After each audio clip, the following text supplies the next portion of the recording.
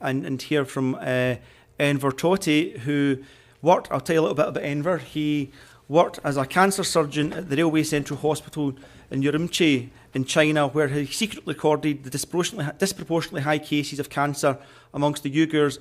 In 1997, he made his findings available to Western journalists for a documentary about the nuclear test called Death on the Silk Road. After the documentary was broadcast worldwide, including in Japan and the UK, he had to flee China to avoid persecution and was granted refugee status in the UK in 1999. I know Enver's here to talk about some direct experiences in relation to organ harvesting in China. Enver.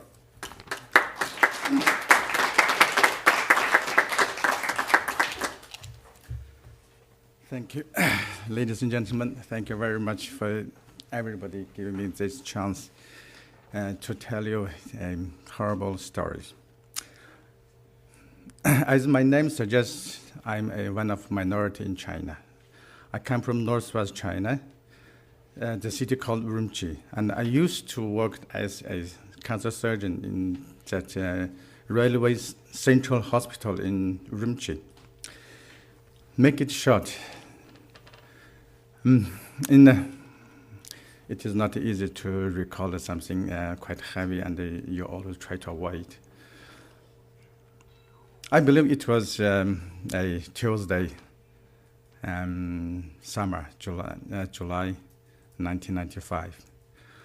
And why it was Tuesday? Because next day is Wednesday, and it happened that next day I didn't have a scheduled operation.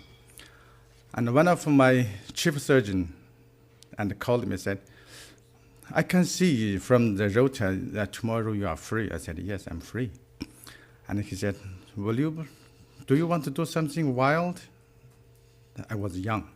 I said, yes.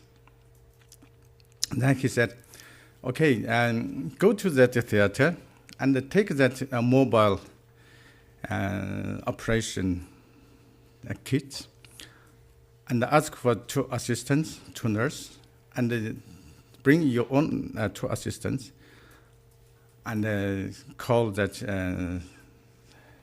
ambulance and then come to see me tomorrow morning 9:30 at the gate of our hospital. So I did. And the next day, 9:30 in the morning, I prepared everything. And 5 of us was waiting for them. And they appeared, and there were 2 anesthetics. I don't know how to say anesthetic or right. And our 2 chief surgeons, they appeared with in a car, and they said, "Okay, everything ready? Ready. You follow us." So our ambulance followed them. It's about 40 minutes later. We come to a place called Western Mountain Execution Ground. It's just notorious ground. Everybody knows that. And our surgeon said, you wait here because there was a hill. And because the region I come from is full of mountains. So when we say a hill, probably is in here, probably you will say a mountain because it's too high. And he said, you wait here. As soon as if you heard gunshots, then you just come around. And I said, why this gunshot? And he said, well, you just do whatever I told you to do. Okay. Anyway, there wasn't me alone. I said, okay. So we waited. After probably another 40 minutes, I can hear there's noise coming from other side, and truck noise, and some noise like, Captain whistle is calling the soldiers to gather, that kind of noise. Then we heard that gunshot. And the gunshot, I couldn't tell how many, but less than 10. Definitely more than 5 or 6, because they shot at the same time. so couldn't tell. Then our driver said, okay, let's go. So we drive into around that corner. Right, then we saw another mountain in front of us. This side, the military truck and more than 100 armed police. They were there, and I can see, I can't tell how many shot body is tied like this. Need there, when they shot, just need to the slope of the mountain. And the distance with each other is around 4 to 5 minutes.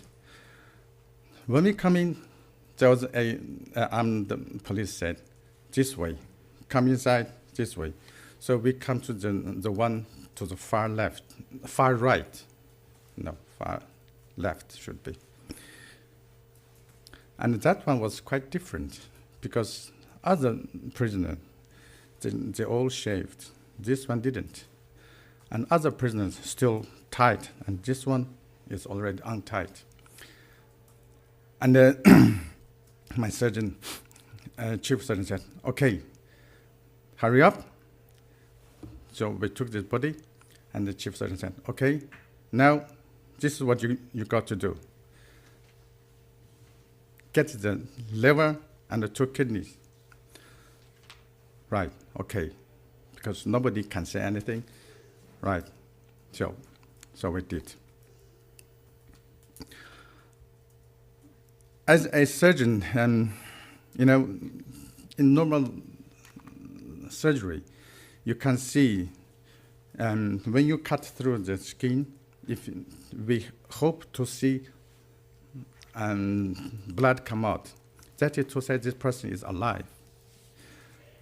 But that time I was expecting to see there's no blood because this person has been shot, so it's supposed to be dead. But to my surprise, when I cut through, blood still coming out. That is to say, blood still running. That means this person is still alive. And the gunshot wound is to the right, not to the left. So that is to say, to make sure this person is not dead. So I did. We couldn't say no because there's no way you can say no. I cut through and to the both sides, removed liver and 2 kidneys. It took me less than 30 minutes. That time I was a young surgeon. I was really proud of my skill that I could remove this in such short period. Then my 2 chief surgeons, they were in the front of, inside the truck, the one, in the side of that the patient head with a special box. When I took liver, I gave it to him. He put this inside the box and put it outside, and another box, and the 2 livers. Then he said, okay, now you take your team, go back. And he said, just remember, nothing happened today. And we know what that means. So we left. 2 armed police, they took that body away. So we left as soon as possible. We just said, okay, get out of here. We left. It was a few years ago. No. After I came to this country, then I realized that when I read that newspaper and the Falun Gong's website, then I realized that was possible organ harvesting part of it, but I don't have evidence. So this Since then, that day, I realized this, and it just started haunting me all the way. So that is what happened, and I wish to answer questions, then give you more talk. Thank you very much.